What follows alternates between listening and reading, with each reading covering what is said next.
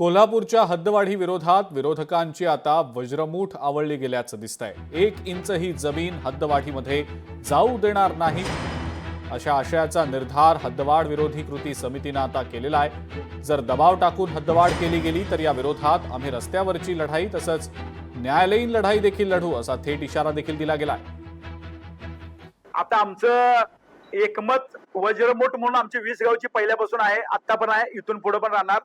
यासाठी रस्त्यावर उतरायला लागलं तर रस्त्यावर उतरणार आणि न्यायालयापर्यंत पोहोचायला लागलं तर अगदी शेवटच्या न्यायालयापर्यंत आम्ही सगळे मिळून त्या ठिकाणी लढा उभा करणार। लोकप्रतिनिधींची आमची दररोज दिवसातनं एक वेळ कॉन्टॅक्ट आमचं आणि त्यांचं आहे।